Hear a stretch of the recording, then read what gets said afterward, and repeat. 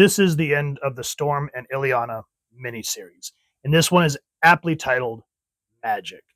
And this cover is absolutely phenomenal because it just entails everything that is part of this book.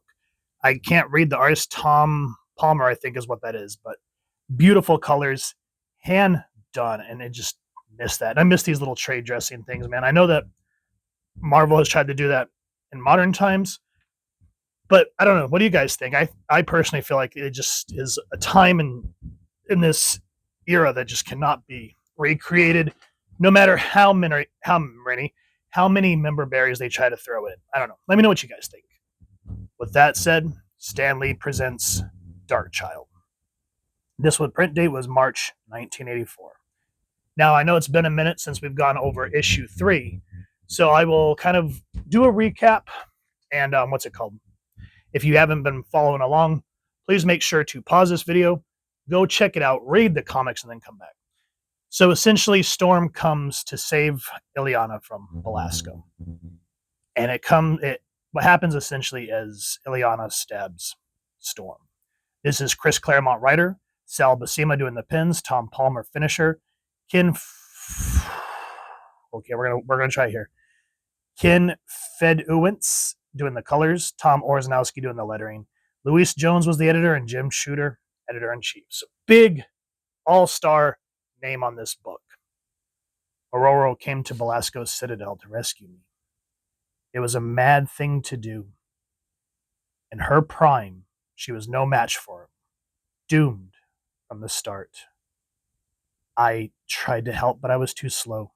Too late. Kat, dearest, best friend to both of us before Belasco transformed her into his demon pet. Struck her down. Now, Aurora lies, died in my arms. Kat's nearby. Already dead. I broke her neck. Belasco applauded my strength and skill. I wish I'd slain him instead. I'm so glad he's pleased with me. Now, recap. What issue? I think it was New Mutants 41 or 40 that we went over, which is the kickoff of Inferno. This is the miniseries that I was talking about that comic is referencing. So for those of you that are kind of like, wait, what's a cat? Why is Storm a sorceress? I don't remember the Uncanny X-Men issue. For those of you that would know, sound off in the comments so those watching this video will know. But what happens is Illyana, when she first comes to the mansion, she's like 6. And they're like on Magneto's island or something like that. She gets pulled into hell. And in the comic, in a split second, she's back. But now she's a teenager and she knows that something's wrong with her. This is what takes place in between. But what happened is it kind of creates this like alternate reality in Limbo. So the teenage Illyana goes back to the X-Men, but there's another reality where the X-Men went in to save her, and Belasco basically killed all of them. So Kat becomes like a demon pet to Belasco, even though she tries to break free. Storm, the same way, she becomes an old witch that has like a semi-paradise, and it's just a head trip all around. And when Belasco finally takes Kat back under control, Illyana has to kill her, and then Kat killed Storm. Whew. So that's why we were talking about in that New Mutants issue, where we see a dead Peter chained to the floor, we see Nightcrawler's bones. That's what it's talking about. And also, notice how when she's talking about all the tragedy that Belasco's doing, but yes, she goes, I'm glad it pleases him. Listen to the duality of what's happening in her literal soul. Such a fine line between love and hate. Isn't it, my little snowflake? Remember, that's what Peter calls her. You've not quite decided which to choose. Splendid. Some of your soul still remains to be corrupted. Belasco, spare me. I beg you, I'll do anything. You will anyway, to prove you are bound more to me than her. First, Illyana, we will conjure the third bloodstone for your medallion, and then use the power to strip Aurora's soul from her while she yet lives, to offer it in sacrifice to the dread masters, the Dark Ones. You like that, don't you? Now look, she looks concerned, but in the depths of her mind, yes. But what she does here, spoilers again, Before she can give in to any tart fate, she stabs Storm, killing her, releasing her. Aurora smiles. And Belasco does not approve of it. He sends her out into the wastelands. She goes back to the garden Aurora created and loved. When I was a little girl, Belasco kidnapped me to Limbo. The X-Men followed, but in the confusion, we became separated. I was left behind. I discovered another group of X-Men who'd come here long before following another Illyana. She escaped. They remained, trapped forever in this awful place. One by one, Belasco hunted them down, twisting their souls in his image. Roro was the last. He possessed her utterly once, but she outwitted him. She stole back her own soul and won her freedom, becoming his greatest enemy. For all the good it did her, the garden, what's happening? The wind, bitter cold. All Aurora's trees and flowers are rotting before my eyes. I should have realized this is a magic place. Without her power to shield it, Belasco once more holds sway. His revenge will be to make this oasis of beauty and life as warped, as desolate as the rest of his domain. So essentially, the next part of this book, think of it like a walkabout, because essentially it's a very twisted, what's the word I'm looking for, macabre coming of age story is how you can kind of take it, because she desperately wants to get back. She thinks she sees her family, and she does, but Belasco is twisting her, trying to warp her, trying to break her once again. However, she finds a way to somewhat survive. Those days pass without change, without end. I have no idea how many. I grow a head taller and become as hard as the wilderness. For as far as the eye can see, all is desolation. Nothing but ice and snow, unmarked by any living thing, save for me and the oak.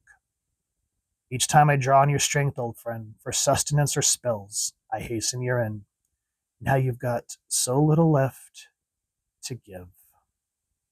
You were so beautiful when I first saw you, your majesty took my breath away. Forgive me. I never mean to bring doom and destruction to those I care for, but I always do. There's no wind or snow this morning. I take that as a favorable omen.